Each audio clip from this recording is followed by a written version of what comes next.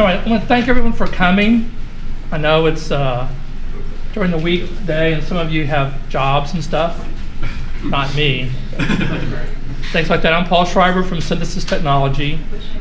I'm going to talk a little bit about some of my newer products, a little bit about the Kickstarter I just did on the quad morphine VCO. Then we're going to have an Ask Me Anything section like Reddit. Mm-hmm. Don't ask me about cloning Behringer Curtis chips. That's please don't ask me. And then we're going to have a little bit of fun and games at the end. Okay? And if you have any questions, just raise your hand and stuff like that. This is informal. And because the rental car company told me that even though it said airport hurts on my form, that they didn't have cars at the airport, it's called Welcome to My Nightmare Edition. This is my attempted agenda. So I'm going to talk about the E950 circuit bent VCO, which people call the speak and spell module. I can't call it that because of some legal stuff I'll talk about. I want to talk about the E370 quad VCO and some of the stuff I learned about Kickstarter. It's not all exploding kittens. If anybody knows what that reference is, it's not all exploding kittens. Plans for the next 14 months, even though I see some of my competitors in the room, you know me well enough, haha. And then the fun and free stuff at the end.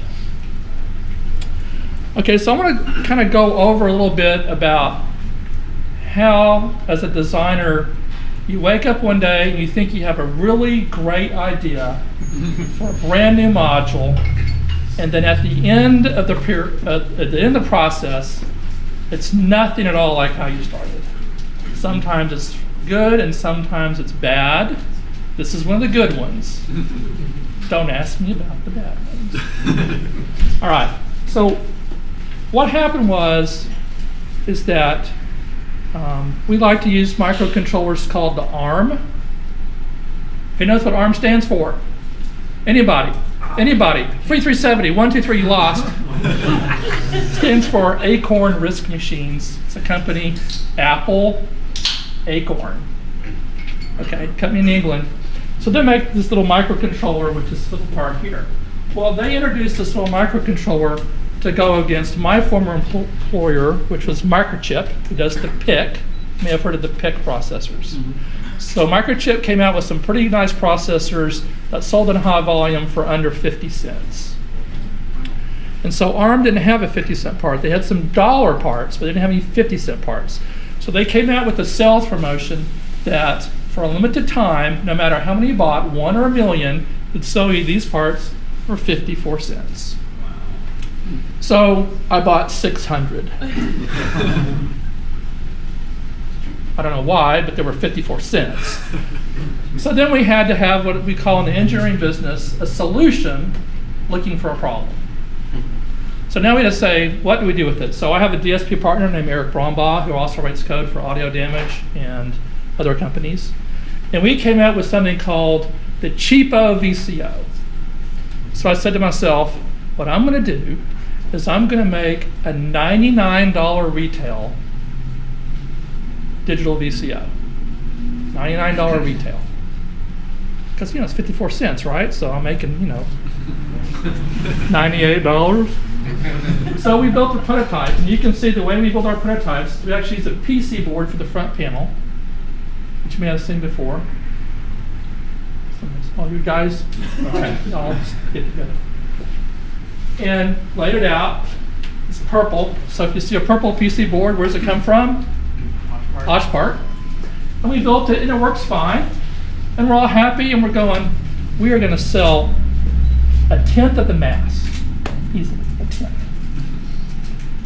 But then what happened was, if we found out to make $99, I couldn't use my standard pots, jacks, and knobs and hardware because I use really expensive pots, jacks, knobs, and hardware. Okay, how many of all the rack manufacturers, name the ones that have a lifetime warranty? Me? Who else? That's it. Okay, So that's why you pay a lot of money for my pots, jacks, and knobs, because that's what fails. But I couldn't do it, all right? So what I had to do was just use the same ones that everybody else uses. It's not that they're crummy, right? It's just that they're just not what I normally use, all right? I started telling my dealers, I said, I've got this great thing. It's $99. How many do you want? And they went, how about none? Why? They want high ASPs. Okay? They want to sell modules where they don't make 8 cents for everyone, right? So they were like, we'll say lukewarm. To be fair, they were lukewarm, right? I did a survey on my user group on Facebook, and by the way, I have a really good user group on Facebook. If you want to know how to do, let me know. I use the band hammer religiously. And my users all said, we were willing to pay more if you would use your standard hardware. Okay? I said, how much more? A little more. All right? Well, then I said, you know what? I'm going to take this to NAMM, and I want to just let the general unwashed masses tell me at NAMM, final vote, and then I ran into this guy.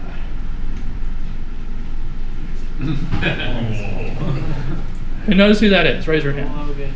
Logan Erickson. So Logan and I shared a booth at NAMM. And that's his stuff, and that's my stuff. And he says, man, you need to do something that's not $99. And I said, okay. He talked me into it. So after I left NAMM, I had what everybody calls your post-NAMM depression. That's different than NAMM thrax, which is yelling and screaming at the top of your lungs for 4 days until you're hoarse, until you throw up and almost die. That's NAMM thrax. So the first thing I said on the flight back, hey, I've got 600 processors I got for 54 cents. They're under the bed, by the way. You can tell a really sophisticated, place. What am I going to do? So I said to myself, well, I know that Logan and some other people are really into the circuit bent speak and spells. Maybe I can do like a fake speak and spell. That it kind of sounds like it, but it's not a speak and spell, but it kind of sounds like a circuit bent speak and spell would sound like. All right? Plus, I couldn't really run the full morphine algorithms on the 350, the morphine terrarium, because the 54 cent processor, what's the main reason why it's 54 cents? It's limited processing power. No. Okay. And so, luckily, and we'll talk about later, I didn't have to throw them away. I got lots left. But I didn't have to throw them away. So just about the time NAMM was over, ST, which is the company I buy the parts from, or a company in France, by the way, they have a new part called the 32F302, and it was like the perfect part to do a really nice oscillator. It runs 72 MIPS, that means million instructions per second, right? So it's twice the speed that the cheapo one ran. Immediately it's twice as fast. It has a stereo built-in 12-bit DAC. Now it's not an audio DAC, but it's a DAC. So I went, huh. Then it says there's a hardware floating point math coprocessor. And what that means is that there's hardware on the chip, like, well, there's some old people in here. Who remembers the Intel 287, 387 math coprocessor chips you would buy and stick in your, computers to run like multiplies? Well, this basically has a math coprocessor, and the algorithm that's in the TI Speak and Spell could really benefit from floating point math. But the main thing I saw was it had 40 kilobytes of SRAM, which is probably 5 times, that's just the memory, not the programming that runs the program, but the actual memory that you can store variables and buffers and audio in, okay, called scratchpad memory. And that's enough where I can use what's called DMA, direct memory access, where I can run the LPC algorithm all in this part. And so I said, you know what? I can not only act like a speak and spell, I can probably be a speak and spell. But there's one hurdle. These pesky lawyers at TI. It's like to say, Texas Instruments has a lot of lawyers that do lawyer stuff. Okay? And there's two sides to an issue like this. There's the patent issue, but patents expire. But then there's the copyright issue. Copyrights don't expire if you renew them every 98 years. And so I wasn't worried about the actual algorithms or any of the patent. I was worried about the actual speech data. Like, how do you make it say wombat? Okay. That's what TI still held the copyright on the speech ROMs. Okay. So I couldn't just take a speak and spell and take the chip out, right, and plug it in my board and use the code from the speak and spell chip, because that data is copyrighted, right? And you could do it, and there's people who've done it, and there's something called GitHub where you can find that kind of stuff, but I had an advantage. The name of my company. Okay.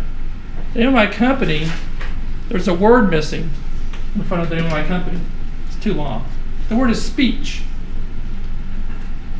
So when I started my company in 1985, it had nothing to do with music whatsoever. It was speech synthesis technology. And what I did was, I was a contractor to TI on the second and third generation speak and spell parts. Okay? Coincidence. How convenient for everybody. But the lawyers had to agree. Okay? So what I did for TI, I did not work at TI, I provided services to TI, but I developed hardware and software that would run your speech data and could read buttons or whatever before you went to TI and committed to buy the speech ROMs. For me, because these were not flash, I mean, these were hard coded. And the minimum order was 1 million pieces. Okay, so if you made a boo-boo, 1 million pieces in the dumper. So they really wanted to make sure everything was working before they committed. So I built the tools that before they bought the parts, they could put it in their toy or whatever and make sure it was all 100% perfect, then send that 1.44 floppy in. Okay? So I already had an NDA. Here's what an NDA is, non-disclosure agreement. So even though I was back in the 80s when I did this, TI says, yep, you're still in the system. I went, lucky me. So, anybody recognize these? I'm sorry. I had to earn a living. And I really apologize for this. Why, the gold books make up for it. You know, I didn't do all of it. A guy named David Hampton did most of it, but I did some of it. All right. But what I did was I say invented, but okay. I invented these little books where you push the buttons and they talk like animal sounds and stuff like that. Okay. So that's me. That's what I did. Thank you. And then they went the fancy ones. I don't have a picture of it, but my pinnacle of achievement was the Barbie dream house with the matching little Corvette convertible that talked when you put it in the garage. It said, "Hello, Barbie, welcome home."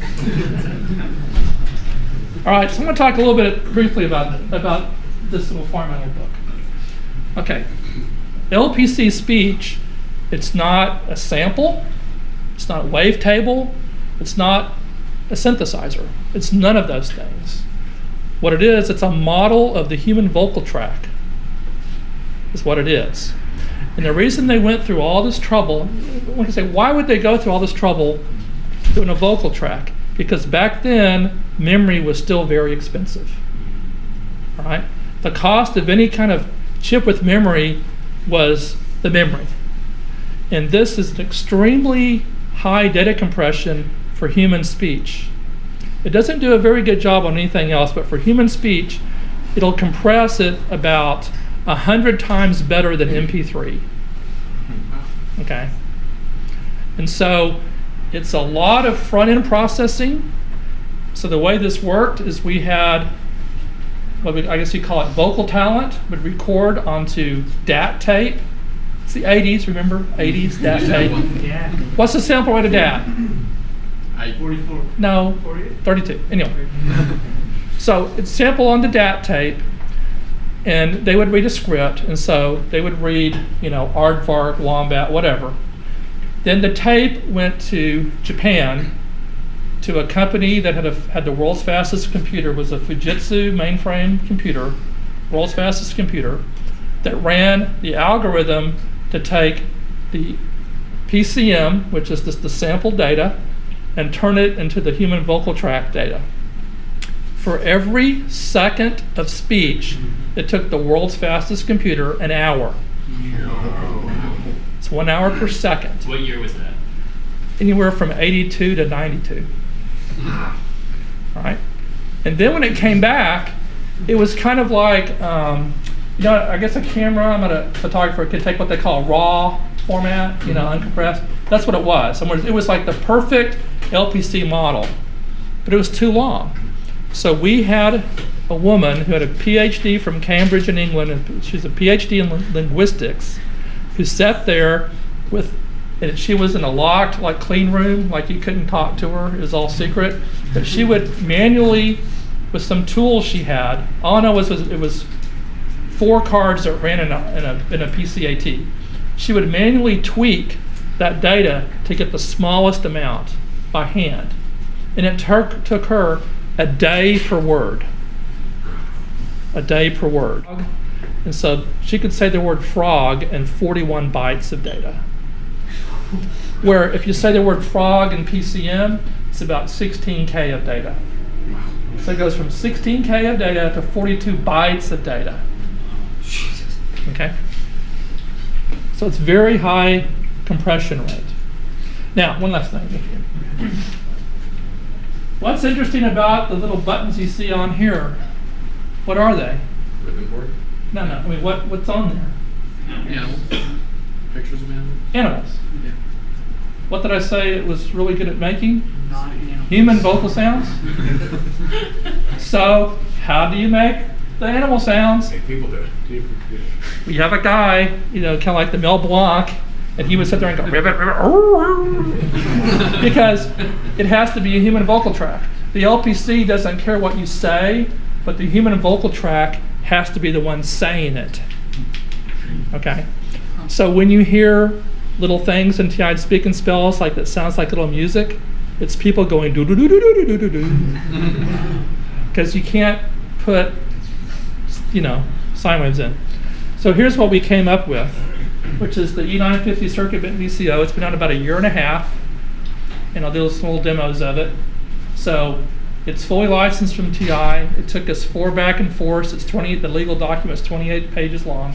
Wow. And it's basically 26 pages of what I can't do. And the rest of the 2 pages is how much I had to pay to get the other 26 pages.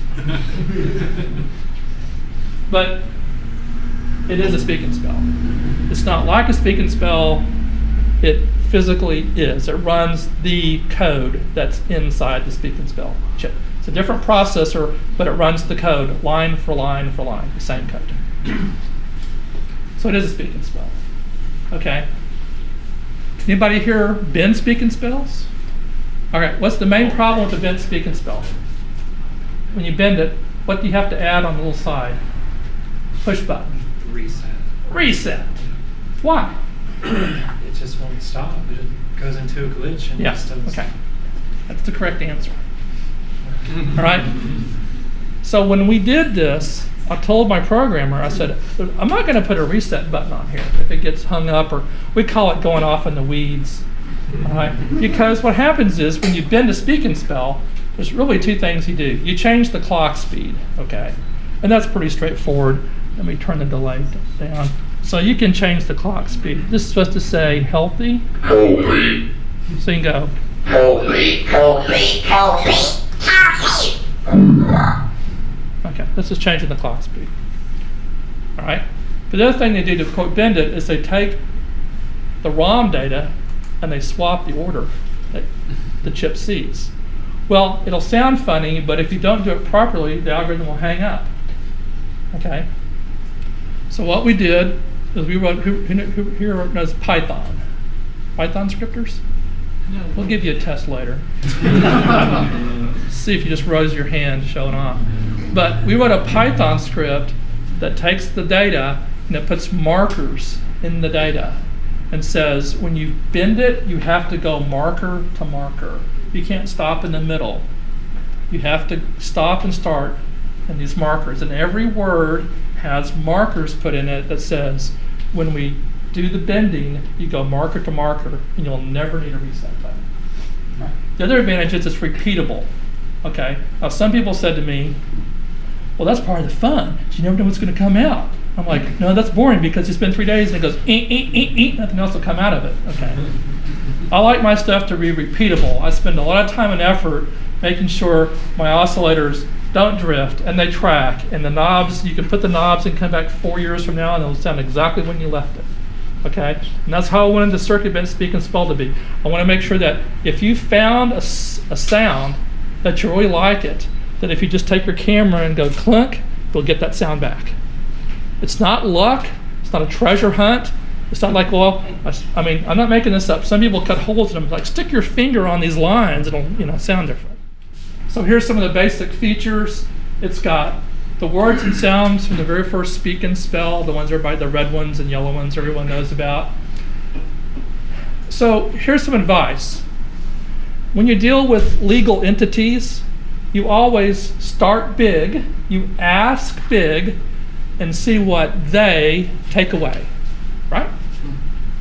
So, trivia question that's not on the test. How many different speak and spell ROMs are there, roughly? About 19. Speaking math, okay, what's other stuff? So what did I do when I asked? Did I ask for I asked for all 19, right? Why wouldn't I? They gave me 3. And I said, okay, fine. Because if you ask again, they say, we'll give you 1. So I got that one. They have one called the industrial alarm. Now the industrial alarm is a different chipset than original speak and spell. It's the 2nd generation, the one I did. The one that's in the Furby and those other toys, okay? And it was designed specifically for fire alarms, burglar alarms, and elevators. So it has words like caution, danger, fire, you're dead, that kind of stuff. And it's and it sounds completely different. And I'll kind of run through some of those here. And then we had a talking clock from Australia. And I thought that was great. I didn't want it, but they gave it to me. So we have a talking Australian female clock in there. All right. But that part has so much memory, I said, you know what? Let's just put some wavetables in there. So I actually have 16 morphing wavetables and 2 banks from the E350. So you can use it just like a morphing VCO if you want. You can use it and never talk. All right. It's 10 HP wide and it sells for $199. It's not 99, but it's 99. Does that count as the little more? It's the little more. I would say so. Here's what we can do. So like I said, in regular speak and spell, you change the clock oscillator that changes the pitch, okay? But then the thing that we can do that you can't do speak and spell is we can do pitch corrected time stretching. So we can slow down the time it takes to say danger, but it stays on pitch. And you can't do that in a regular speak and spell. Can you? No. All right?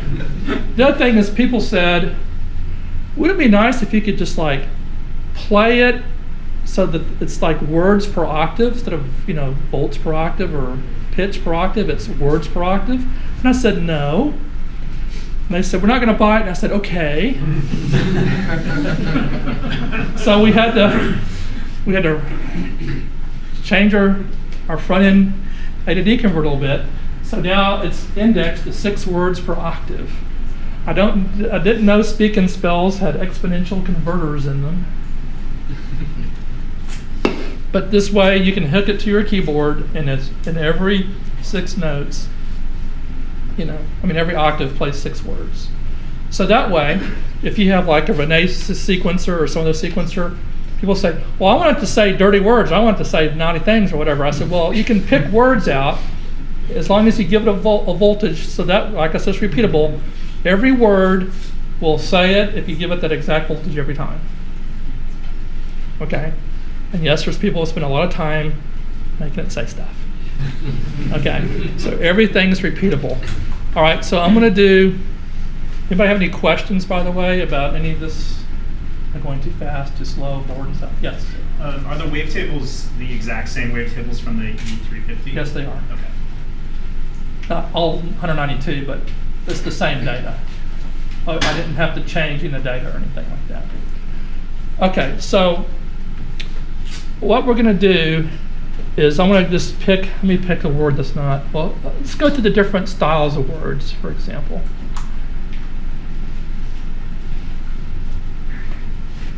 Let me see if I can get this on pitch. School.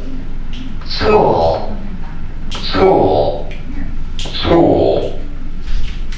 Water. Okay, this is the original Speak and Spell. Mirror. What's that? Mirror, right? Mirror. Water. Okay. So if you listen to it, it sounds it's a male voice. It has a little bit of high end to it, Water. right? A little bit of. Water. Water. Okay. Water. So the first thing we can do like this is just change the pitch. Water. Water. Water. Okay. But now let's stretch it and stay on pitch. Water. Nice. Pretty cool, isn't it? Water. So you can hear all the different, so in the phonetics world, it's called a sibilant. So you can hear all the different, there's sibilants and fricatives. So a fricative is like a ch or a sound, a sibilant's like a e sound. And so if you do it really slow, you can hear it kind of go through, not a wave, it's going through a table. LPC is a table. I'm giving it a table of data in order. Okay? I'm going to be careful here. The order is kind of like where your mouth is, where your nose is, where your tongue is, how much air pressure you have, that kind of thing. And it's just numbers in a table. Water. How slow does it go? There's always that one guy. Sorry. That one guy.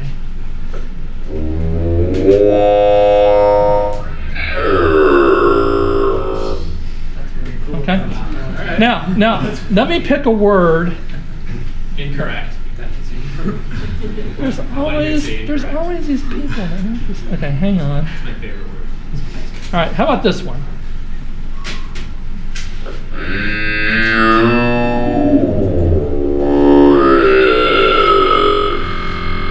What was that? I'm not sure. Win. You win. You win.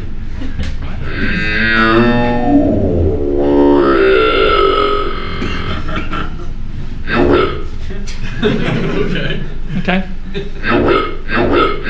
So that's just loads of fun all by itself. That's hours of entertainment.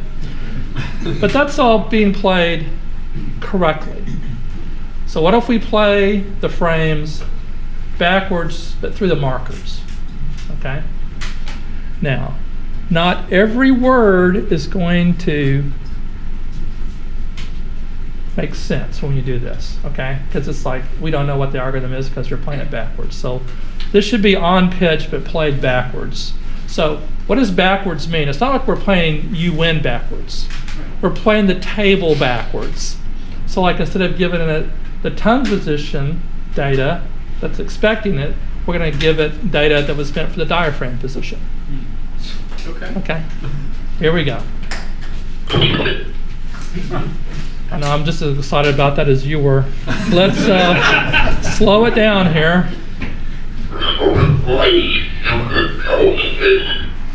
All right, slow down a little bit more.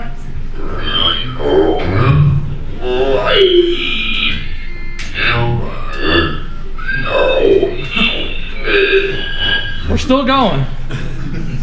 There's some awesome sound coming out of that. All right. So, but the thing is, there's no reset, right? There's no.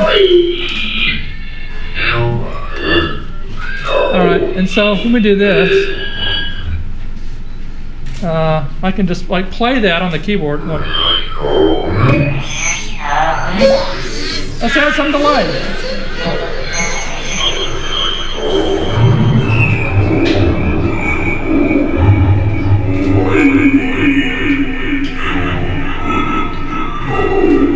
Oh, hey. Oh, that's cool. I agree. Operator is standing by for your charge card.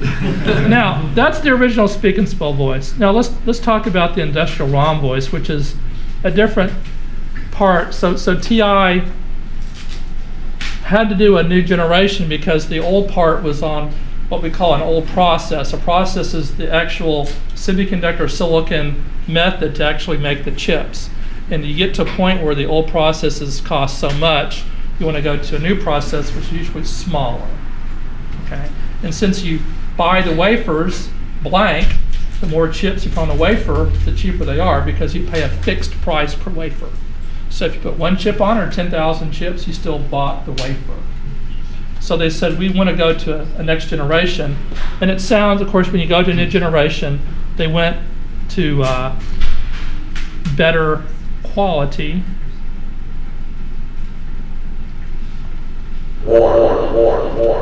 Oh, hang on.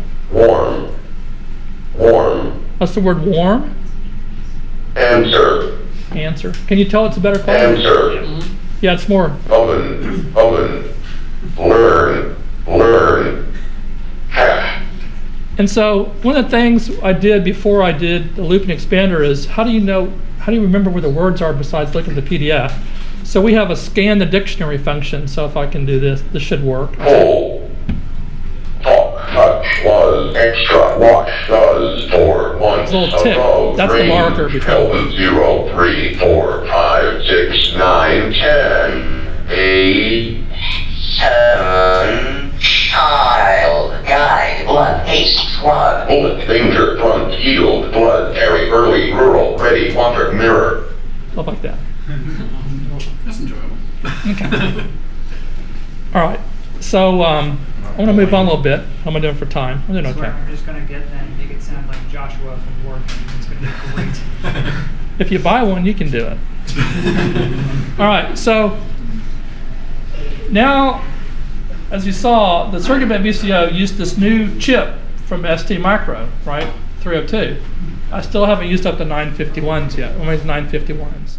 A product with the 951, and then we can use an in-between processor and do what the cheapo VCO was supposed to do, but couldn't do it with the little processor, okay?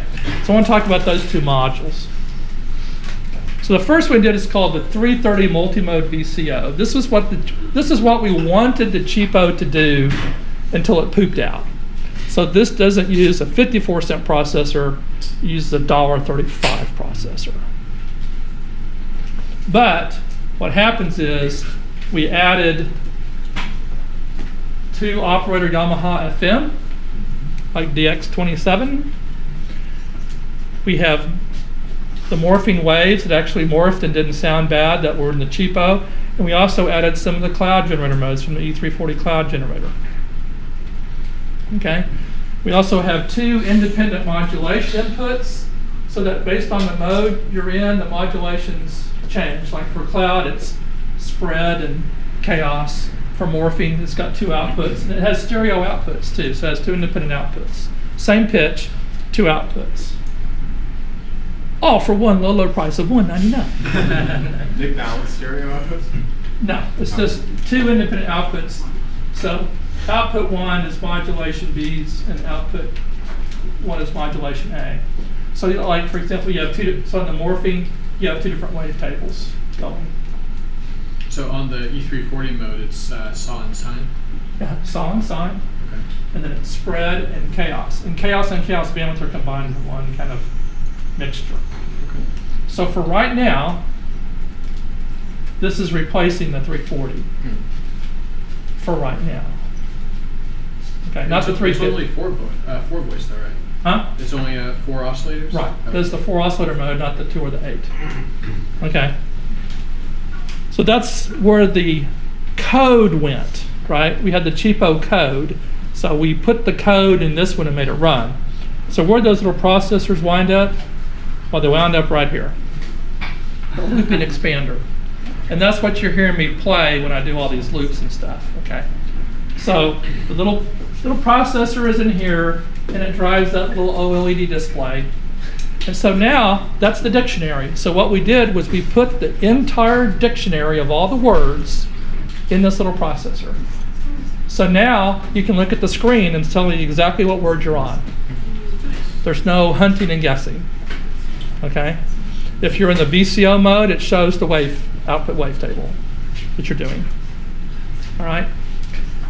But not only that, we put the looping in, because while we were working on this, that Logan Erickson character said, somebody put looping in the speak and spell. You should do that too. So what we did was, on the 950, we had a diagnostic port that we used just ourselves. It's a serial port. We stole it, and now we send data back and forth between the 2 of them. So now we can do loops. So now we can do long loops and short loops, and you can play those just like a wavetable VCO. And you can loop it when it's bent or not bent. So who wants to hear that? Raise your hand. Let's go. Yeah. All right. Let's find a word that's kind of simple. Ocean. Okay, just ocean, right? So the best loops are the slow loops. So let me see if we can hear this. Okay, here we go.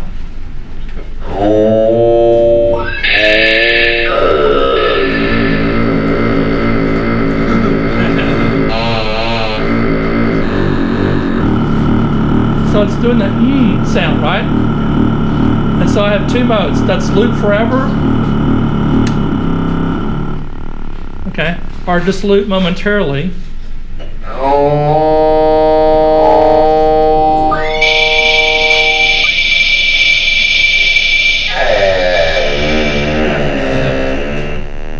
Like that. That's called a short loop. That word's not too fun. Let's get a better word.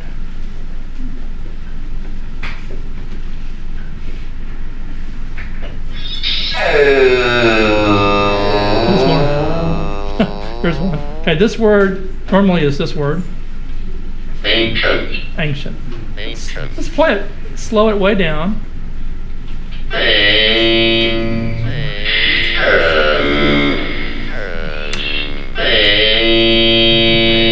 So there's the A sound, right? So you can play it.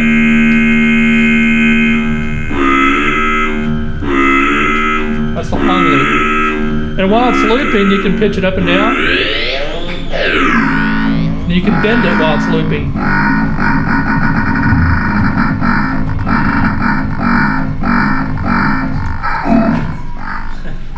Revolutionizing dubstep with that. Oh, please. And of course, I'm using, it has little push buttons that I'm using to do that. You can also put in gates and triggers down here and do it from sequencers or envelope generators or LFOs, whatever you want.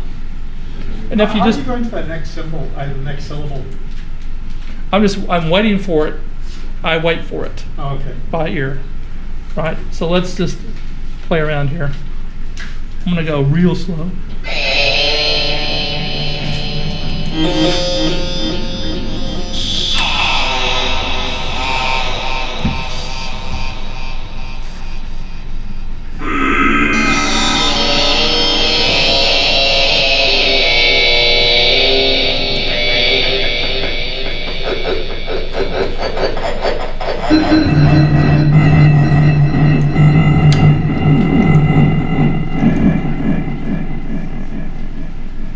like that. Nightmare.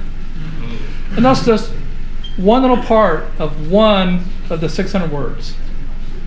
So, like we say in the business, hours of fun. Okay, any questions before I move on to the next topic? We're halfway done. Thank you very much. I have a question about the speaking spell Okay, tech. sure. Is the pitch that's coming out of the speaking spell the pitch of the person's actual voice? Yes, and it is the person's actual voice. Because it sounds a little off. Well, it's the best that they can do back in. It doesn't sound like a bad sample. It sounds like something's weird with the formatting. Well, especially in the original Property. speaking spell, yes. And so I'll talk about the Kickstarter, some of the stuff I learned, and what I'm going to do is I'm going to do the demo for time after it's all over. If you want to come up and talk about it, okay? This is a breadboard. I'm not even going to call this a prototype. It's a breadboard to prove that I wasn't crazy. We could actually do it. Okay, it's no way sounds or acts like the real one. Okay, but this is the links I go to before I even decide to even build a module. Okay, I'm very serious. Okay, so why did I pick Kickstarter?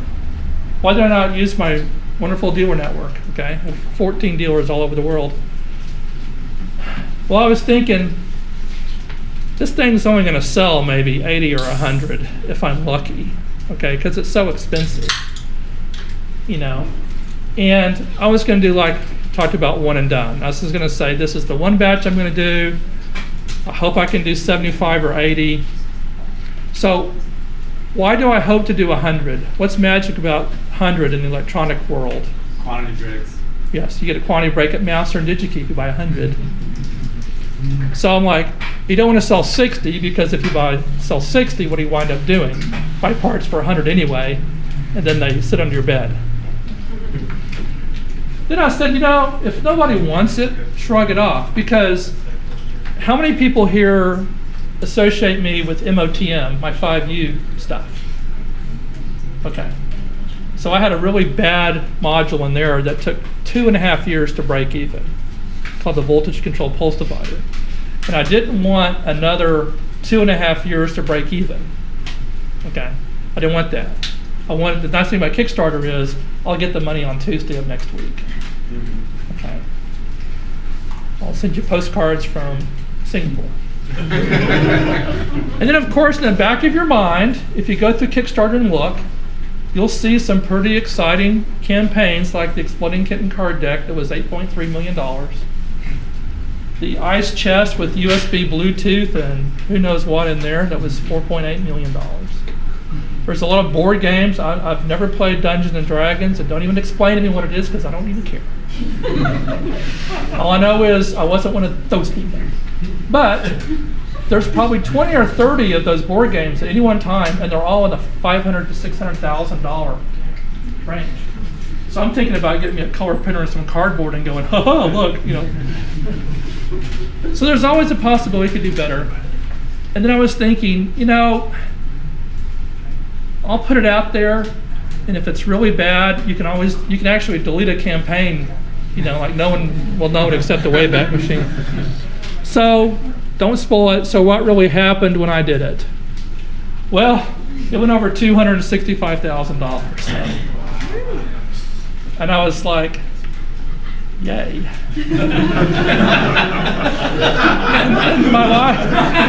and my wife is like, you know you're going to have to build those, don't you?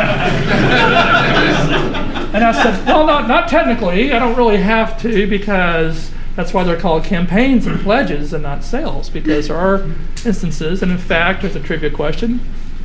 What % of every Kickstarter from the beginning is designed to be a fraud? 70%. No, it's 8%. So 8% of Kickstarters are out there are designed from the ground up, never to deliver, take the money and run. Okay. What % of Kickstarters that aren't that fail to deliver? Like they promise and the thing puts and puts, and they make an attempt, and about 20% of those The most famous one is what? The Pebble watch. Okay.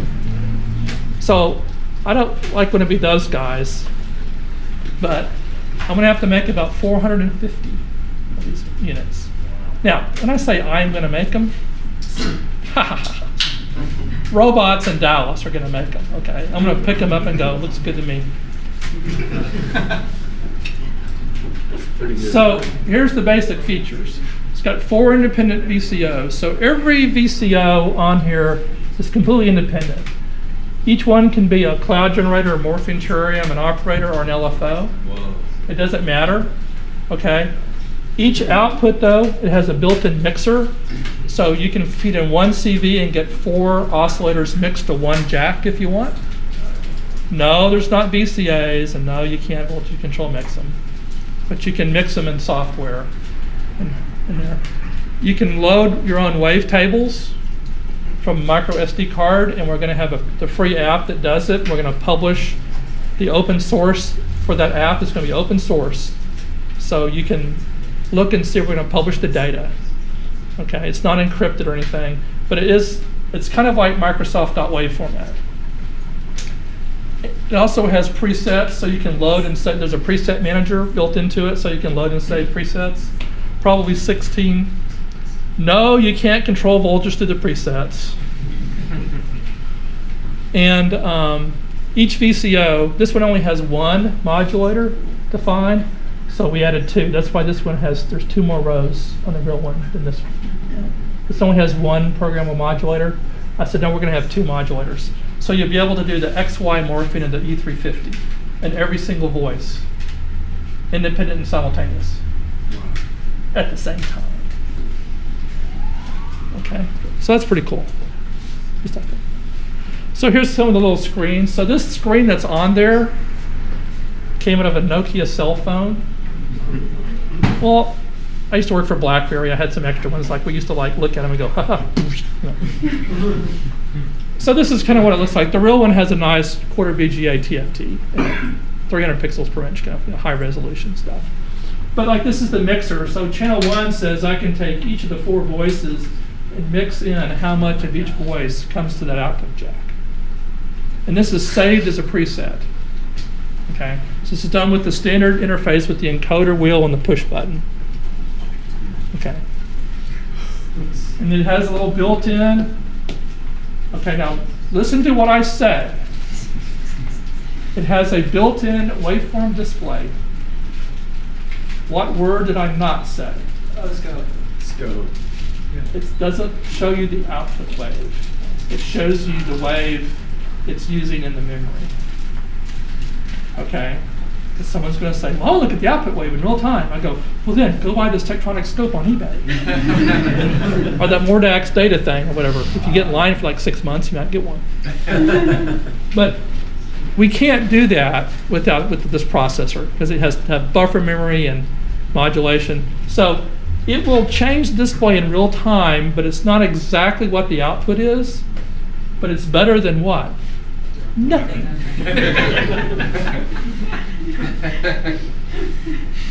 So we're going to start working next week. And so there are people out there who delight in reverse engineering stuff. Oh yeah, that would be me. So the software is all encrypted, so knock yourself out. It's all encrypted. It has a full-blown bootloader. So of all the modules I've done, they're mostly all DSP. The only one that's analog is really the 440 filter. The rest are all, even my LFO is DSP based. How many of y'all ever got a firmware update notice from me? How many times I've ever updated the firmware? None. How many people have a braids and go, oh, look, let's figure out what the volume is. So we don't like to update the firmware. I've never updated the firmware except the first 40 350s. It wasn't a bug, I made it better. So this is the first module in 9 years that will let you update the firmware, because I'm gonna guess it's gonna be a little bit buggy, maybe. Or we're gonna try not to. Okay, so we have some pretty good beta testers lined up for it, and they're paid to break it. So people have also asked, what about future features? Like, why don't you do blah, blah, blah, blah, blah, blah, blah? So what we're going to say is, if we do future upgrades that are not OS fixes, they may not be free.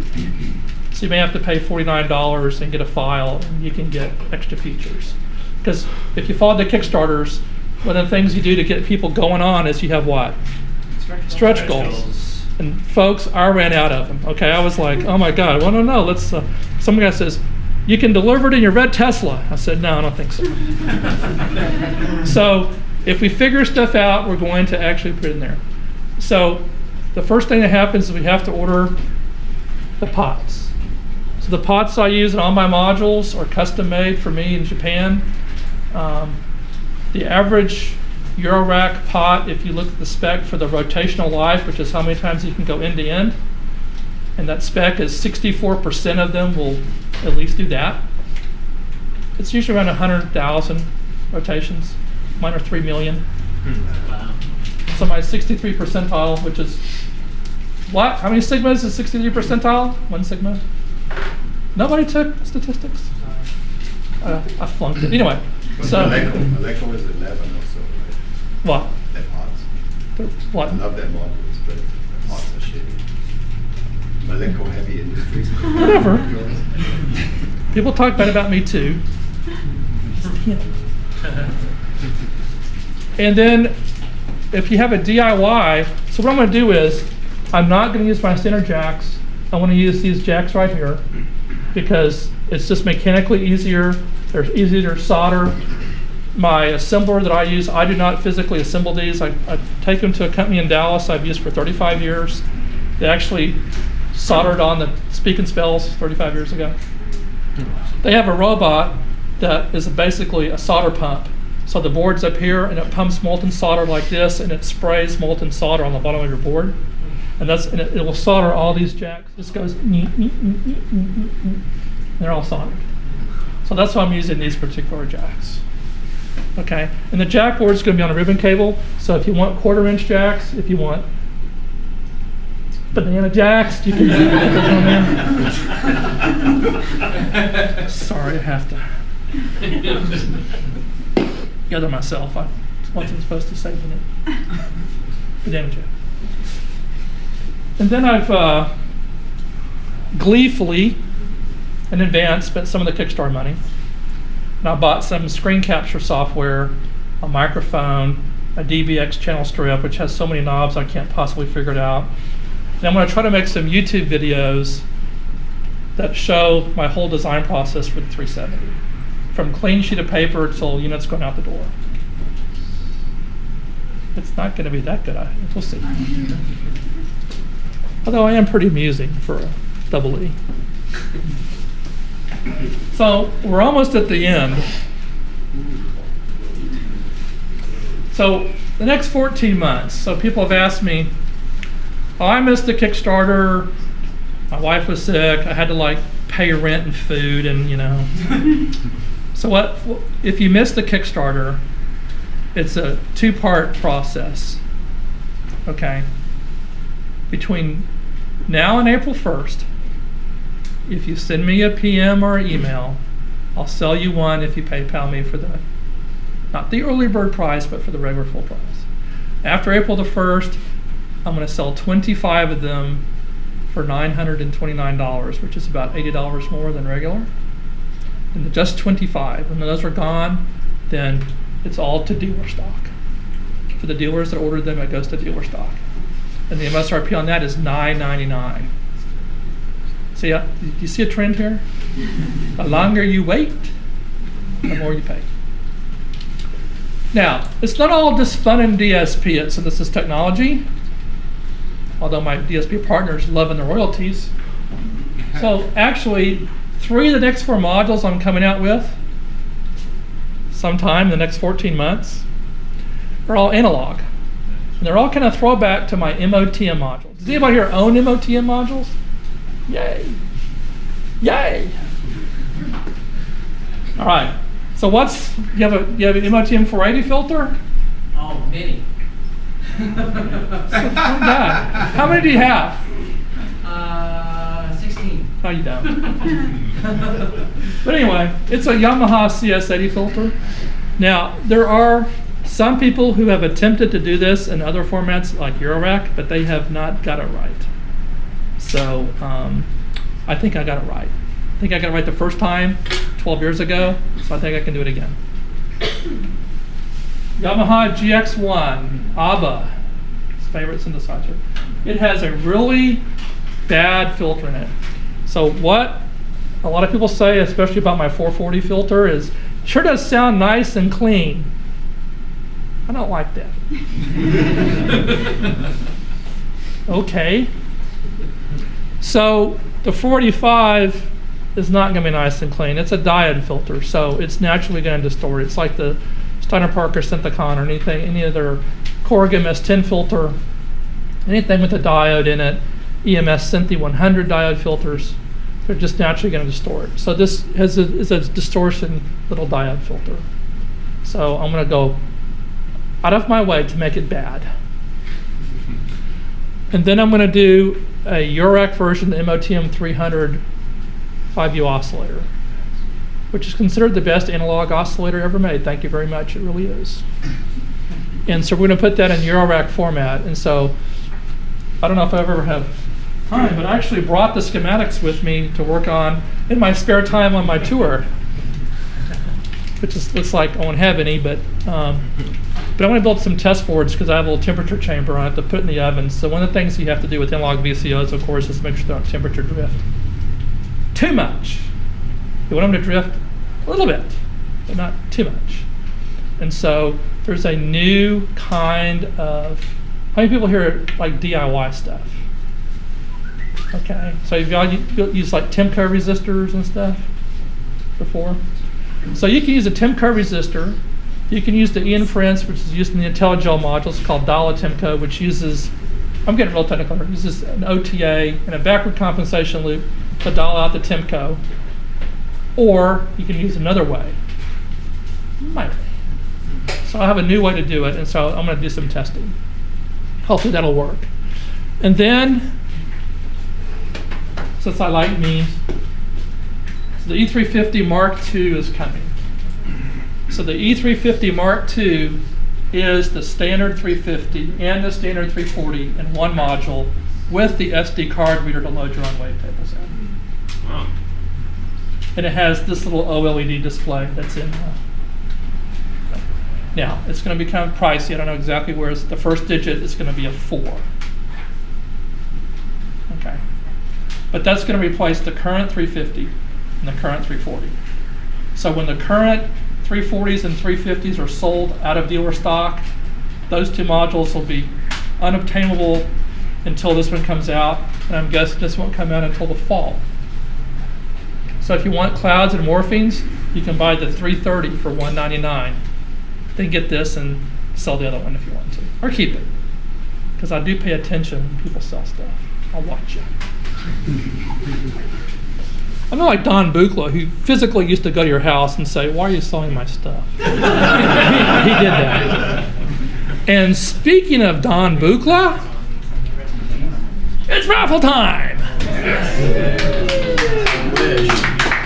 Okay, now I'm going to say one thing. So if you follow along in my synthesizer blog, I have what's called Mostly True Tales, which is stuff that happens to me, and it's mostly true. So this was my Buchla. This is my ugly couch I bought at a yard sale. This is a Buchla. How many people here think they know Buchla? Raise your hand. Say, I know Buchla. All right, what are those two modules right there? Oh, I know it.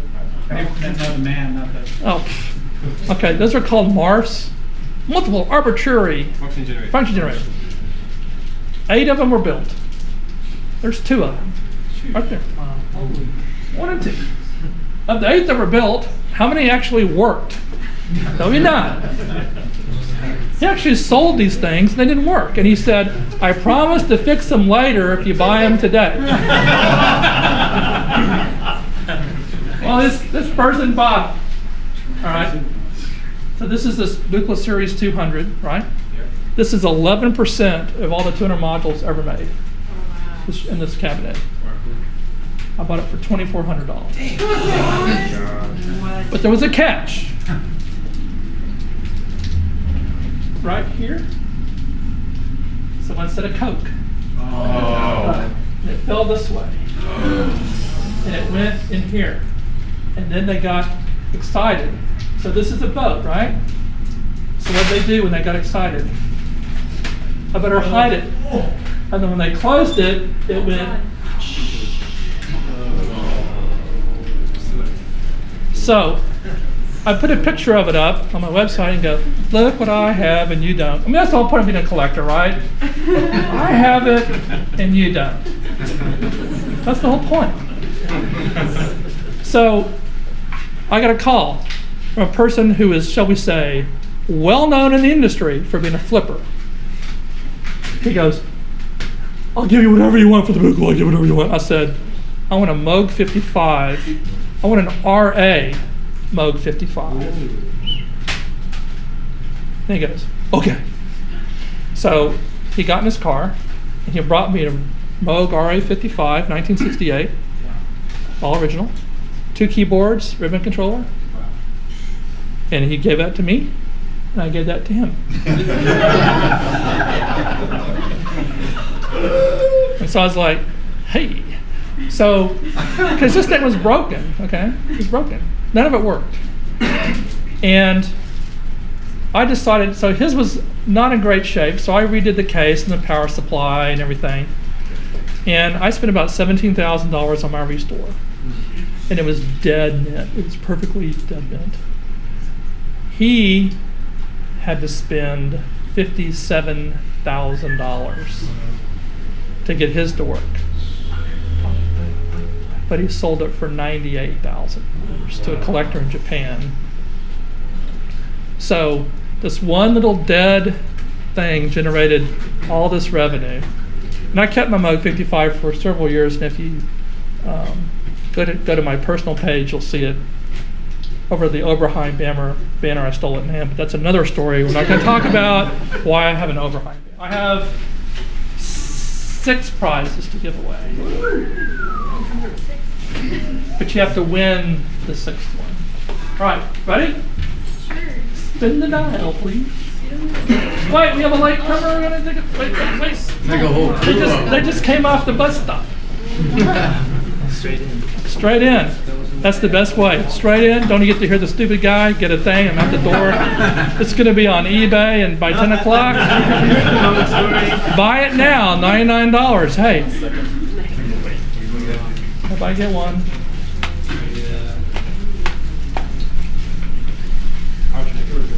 I'm way ahead of time.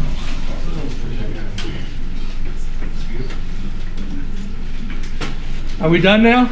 All right, let's have a winner. Spin around. Okay, the first thing we have away is one of my I'm a big fan of and user of is Robert Rich, an artist. I have his last 3 CDs. Giving each one out. I'll use all my stuff, both MOTM and Eurorec. You get the pick, so if you already got one, you can get the other one. Okay. Go ahead. 36279. Anybody? There's one right here. All right. Ooh. Yeah. Which one you want? All right. Thank you. Next.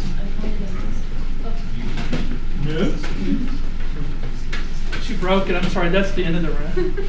There you go. You slide it. It's like trying to open it. 36289. Ooh, close. Got one? Yeah. There you go. Next. 36261. Oh, wow. All right.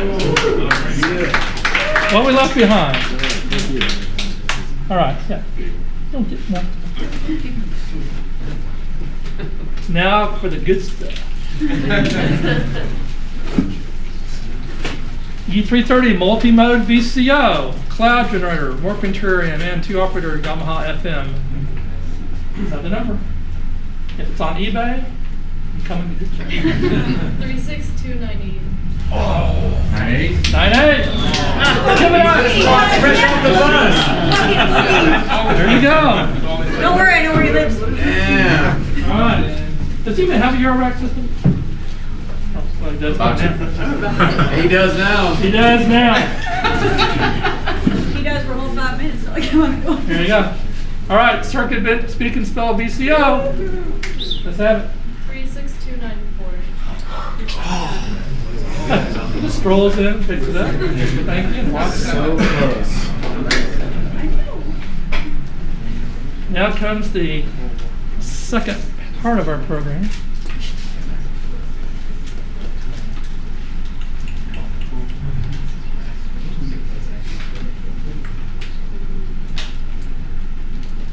Hang on.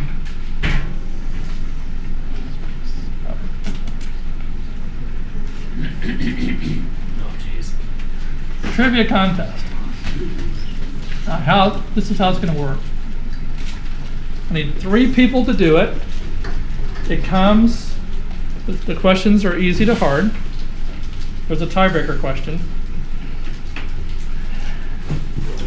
The winner gets a 440 VCF filter. Okay. So I'll ask first, any volunteers, raise your hand. I'm dead. Okay. Let's go. All right. So come, everybody wants to do it, come forward.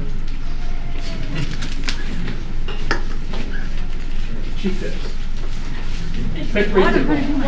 Pick 3 people. Pick 3 people. Say him, her, whatever. Him. Okay, you got that? So was that me? Yeah. Oh, okay, cool. Was that him? Was that him? Yeah. Oh, okay. Nah, that's too obvious. All right, put your name at the, yeah. Everybody, shh. You'll have your chance at the end to prove how wrong you all are. Just don't do it. You ready?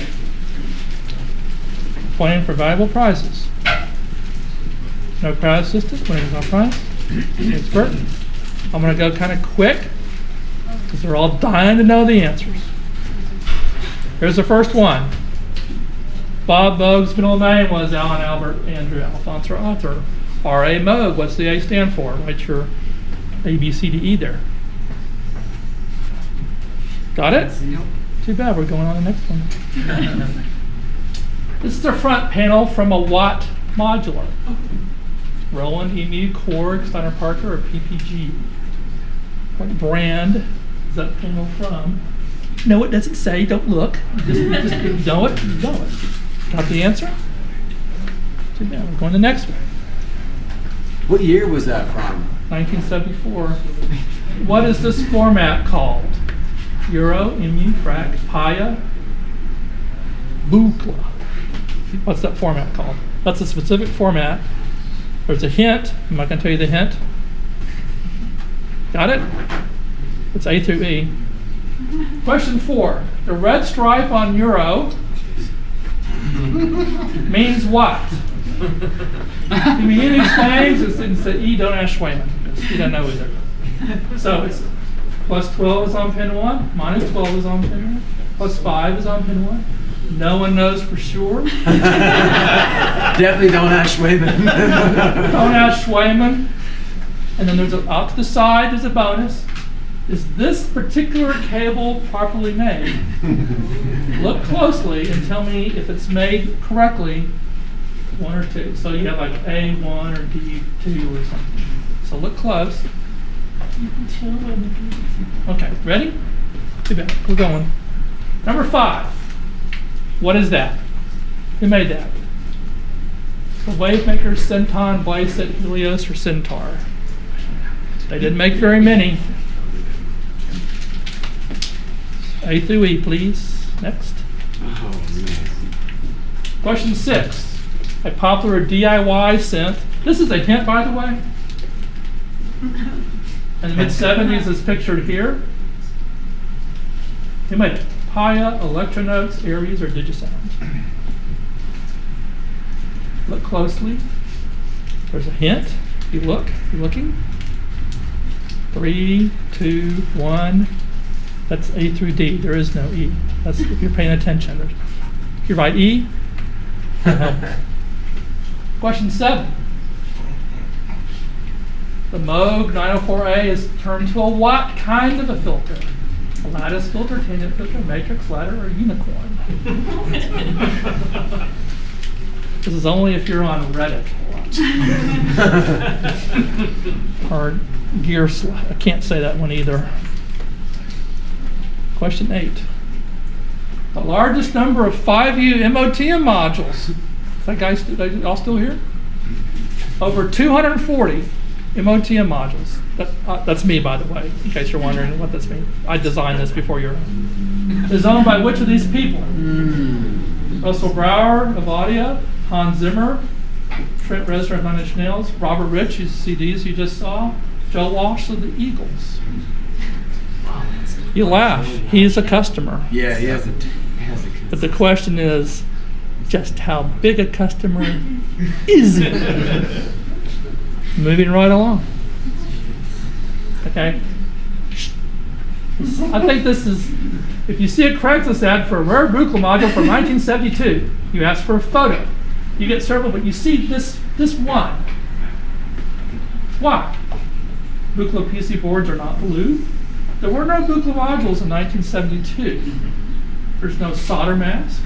One of the solder mask is if you don't, well, it requires a time machine, or it's missing the word Buchla and Associates on the board. So there's something about this board that raises your suspicion, as described in the ad. It's one of these things. Which is it?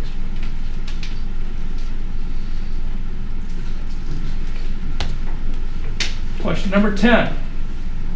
Although he never designed a synthesizer that bears his name, that's a hint, he designed the circuitry in over 30 different synthesizers.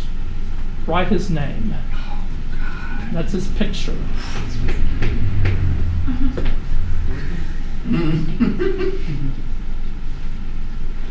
Ron, how do you not know that?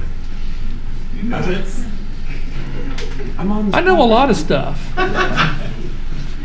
All right, you ready? You don't know it? You don't know it. Tiebreaker time. Write down the total number of modules that Moog sold of the original series. Not this new stuff, like, look what we did. Nah. Talking about RA Moog till Walden Moog to Moog. Not current Moog, the old Moog. Yes, I know the exact number. It's more than 1,000, but it's less than 10,000. So there's more mass and there's more clouds in Euro than Moog modules. Think about that for a minute. Write the number down. That's my Moog 55, by the way, that I got from the train. That's after the restore. And forget that banner. When Tom Abraham dies, I'll tell the story why I had this banner from the 1973. So is this question going to be? It's a number. Like whoever's the closest number. The closest number without going over. Witness the price. Okay. So you get a number. It's between 1,000 and 10,000. Got it? Give it to me. No. You're gonna grade them.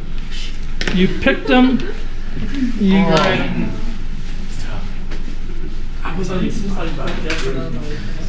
$300. I'm gonna tell you. She wants to, says, I don't know the answer as well.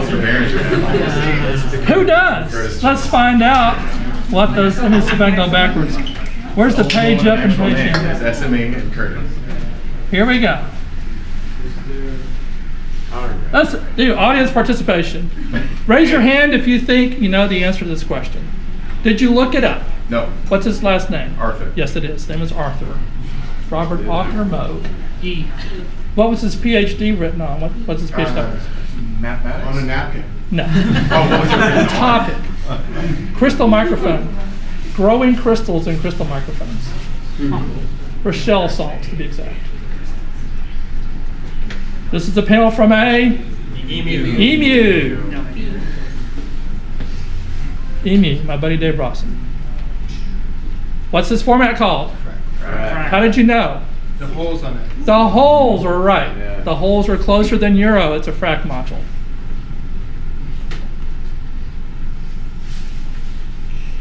Ready? Okay. She's like, I'm back on number 2. A red stripe on a Euro power cable means what? -12. B. -12 is on pin 1. Is this cable made correctly? No.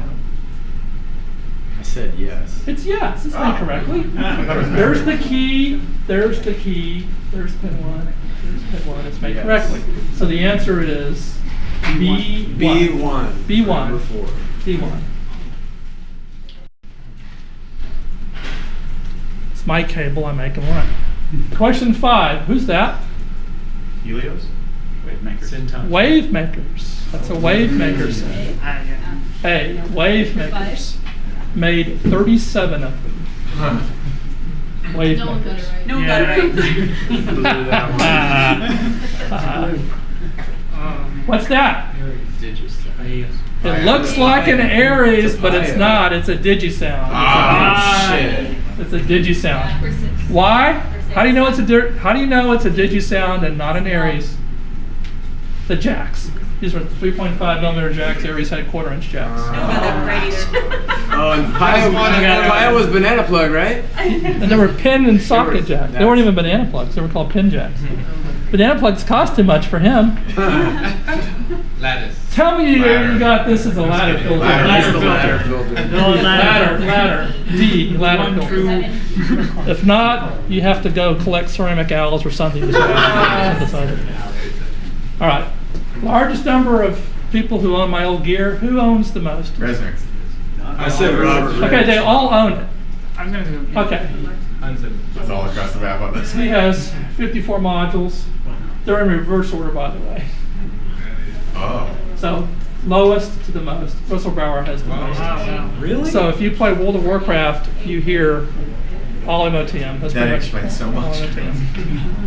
Russell Brower. Who's gonna know that? No one got that either.